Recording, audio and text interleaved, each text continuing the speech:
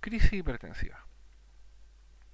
Vamos a comenzar esta exposición con un caso clínico. Es un hombre de 48 años obeso, consulta en el servicio de urgencia por una lumbalgia, sin antecedente de hipertensión arterial, con el antecedente de tabaquismo de 10 cigarrillos al día, con una presión de 210 con 126, 102 por minuto de pulso, regular, y el examen físico es normal.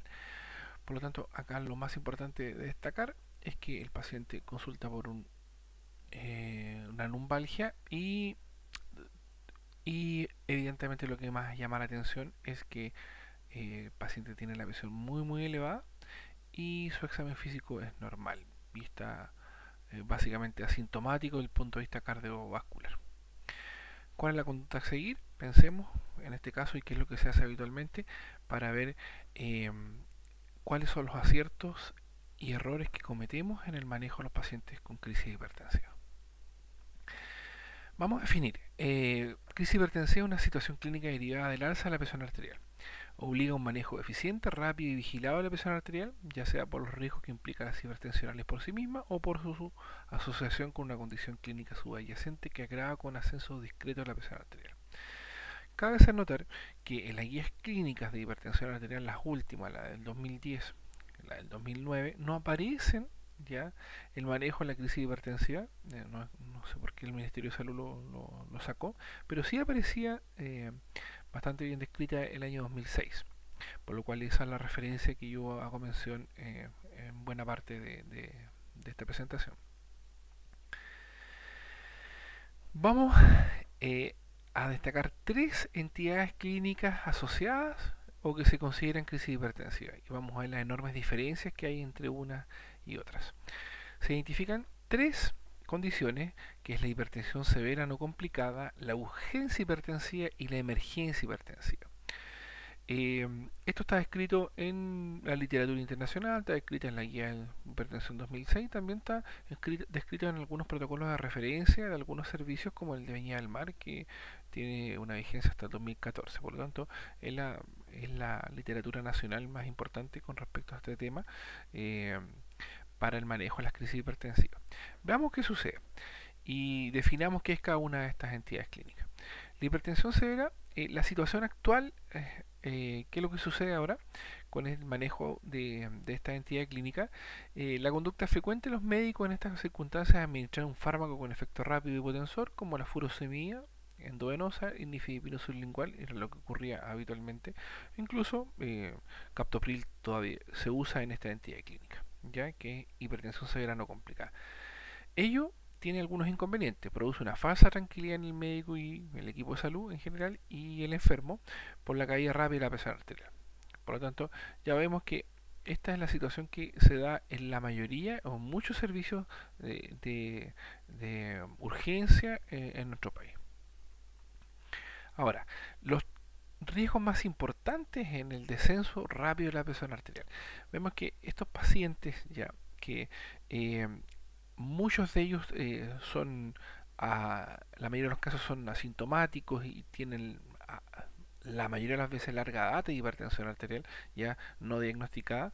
Eh, el manejo y la conducta actual es no bajar rápidamente la presión arterial. Por lo tanto, el manejo el descenso rápido de la misma produce, está descrito, tres riesgos importantes. Primero, puede ocurrir una hipoperfusión de los órganos vitales. ¿Por qué? Porque se disminuye eh, eh, básicamente el flujo ya a nivel cerebral y a otros órganos nobles, por lo tanto un inconveniente no menos importante. Puede exponerse al paciente a una lipotimia, ya al ponerse de pie por el descenso rápido de la presión arterial. Y lo más preocupante es la falsa tranquilidad que el enfermo percibe, ya que acude al servicio de urgencia, se baja la presión arterial y la conducta y el seguimiento no es el adecuado. Por lo tanto, él dice, perfecto, me bajaron la presión y si me vuelve a subir, vuelvo a venir y me la vuelven a bajar. Y, y, y él cree que con eso eh, va a poder tener un buen control de la presión arterial.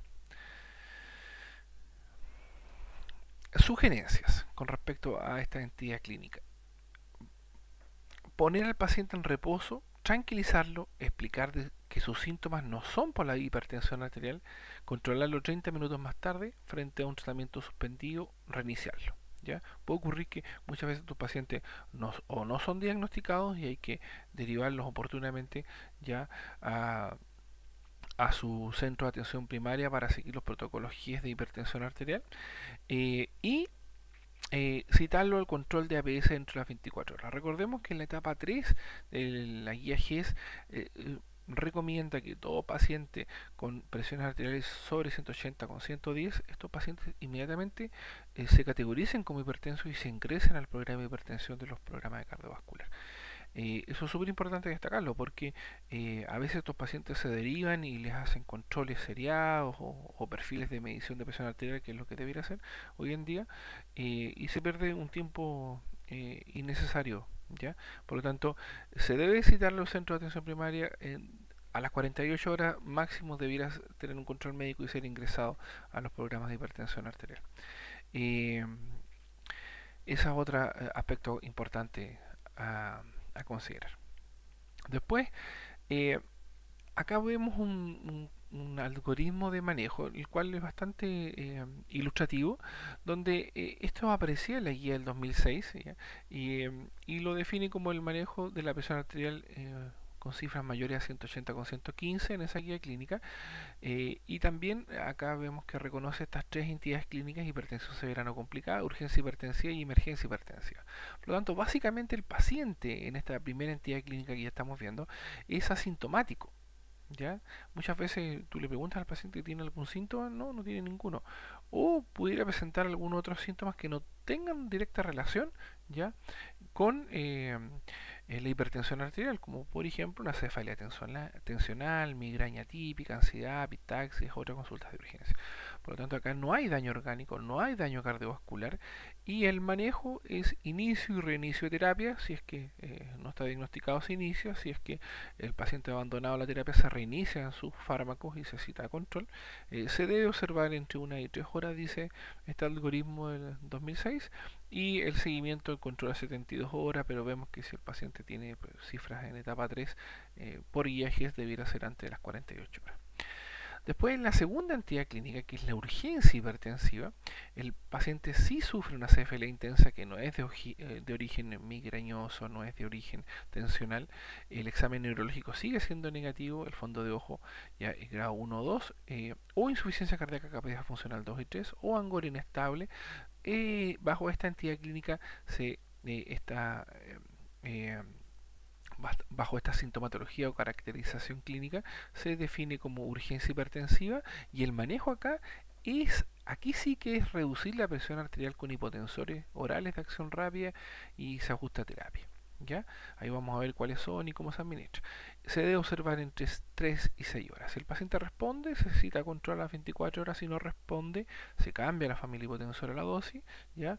Si hay buena respuesta, controla entre las 24 horas. Si hay mala respuesta, hospitalizar. Y la situación más grave de una crisis hipertensiva es la emergencia hipertensiva, donde acá sí puede cursar con un síndrome coronario agudo, edema pulmonar agudo, sospecha de disección aórtica, fondo de ojo ya grado 3 o 4, alteración de conciencia o signos focales, es decir, el examen hay ya evidente daño orgánico, hay compromiso neurológico. ¿Ya?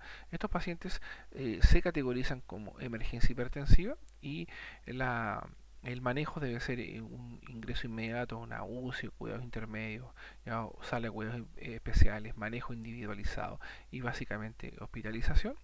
Eh, y después el control ambulatorio especializado. Este es un paciente de alto riesgo, por lo tanto el manejo siempre tiene que ser ya en una unidad especializada y por lo tanto hospitalizado. ¿Ya? Por lo tanto, acá tenemos las tres entidades clínicas que no hay que confundirlas, y cada vez que uno se enfrente a un paciente con una crisis hipertensiva debe preguntarse en qué categorización está dentro de estas tres ese paciente. En la mayoría de los casos los pacientes eh, eh, no requieren tratamiento farmacológico ya porque son pacientes con una hipertensión severa no complicada. ¿Ya? Eso, habitualmente pacientes en etapa 3 sobre 180 con 110, donde no es necesario administrar un fármaco hipotensor, sí se debe observar ya y sí se debe citar para inicio o reinicio de terapia antihipertensiva a su centro de atención primaria. Acá el mismo algoritmo o muy parecido que está en las guías de los protocolos de referencia contra referencia del Servicio de Salud Viña del Mar 2011-2014, que es muy parecido. Esto está sacado directamente del protocolo, por eso que la definición de no es tan buena, pero es básicamente lo mismo que hemos señalado anteriormente. En la urgencia hipertensiva ya veíamos esta situación clínica donde se eleva la presión arterial, pero de esta debe ser controlada en forma rápida, pero no es necesario hacerlo en forma inmediata, o sea, no es que hacerlo en minutos que uno tenga que bajar la presión, sino el descenso tiene que ser en forma gradual por las razones que ya señalábamos. ¿Mm? Eh, Ahora, es por lo tanto primordial categorizar bien al paciente que realmente pertenece a una urgencia hipertensiva y no a una hipertensión severa no complicada, que en la mayoría de los casos se confunden estos dos conceptos clínicos y se trata ya a los pacientes con hipertensión severa no complicada como urgencias hipertensivas. Ahora, el tratamiento está descrito en la guía clínica, el captopril oral, el primer oral habitualmente se administra sublingual, pero la guía clínica y la mayoría de la literatura lo recomienda el primero en forma oral porque precisamente necesitamos que el captopril se absorba en forma paulatina. ¿Ya? Al administrarlo por vía sublingual se absorbe más rápido. ¿Ya? Por lo tanto, no estamos logrando el objetivo de que el descenso sea gradual. El inicio de acción ocurre entre los 15 y 30 minutos y la duración de sus efectos entre 6 y 8 horas. Está contraindicado evidentemente en el embarazo. Ahora, la emergencia hipertensiva ya veíamos, ya es esta situación clínica de gran importancia y magnitud, ya donde el paciente tiene riesgo vital y aquí su control es inmediato y tiene que ser en minutos o horas, ¿no? El tratamiento ya lo mencionábamos en una unidad de cuidados intensivos. Como el paciente tiene compromiso ya vital, el arsenal terapéutico son drogas hipotensoras de uso de unidad de cuidado intensivo, de uso endovenoso, ¿ya? Y las distintas drogas y sus indicaciones están en la tabla que apreciamos acá. Acá hay un cuadro comparativo entre las diferencias entre una urgencia y una emergencia hipertensiva. En la emergencia, ya lo señalamos, la vida del paciente o integridad de los parénquimas en riesgo, y la urgencia no hay peligro vital o orgánico, pero sí alto riesgo. ¿Ya? Controlar la presión en minutos u horas, controlar la presión en pocos días en la urgencia. Manejo hospitalizado, en UCI UTI, el tratamiento puede ser ambulatorio, pero con controles frecuentes. Hipotensiones parenterales en la emergencia, hipotensiones orales de titulación rápida, como el captopril que ya señalamos en la urgencia hipertensiva. Entonces, ¿qué hacemos con nuestro paciente que consultó en el servicio de urgencia por una lumbalgia y la presión arterial elevada, 210 con 126? Ahora ya sabemos que esto pertenece a la entidad clínica denominada hipertensión severa no complicada, donde el manejo es básicamente el inicio o reinicio de la terapia, se debe observar entre 1 y 3 horas, no se administran en este paciente fármacos hipotensores de ningún tipo, y el seguimiento es el control en 72 horas. Recordar, importante, que si el paciente no está diagnosticado y tiene una presión en etapa 3, debe ser derivado por guiajes antes de las 48 horas a médico para que inicie su terapia antihipertensiva. Gracias.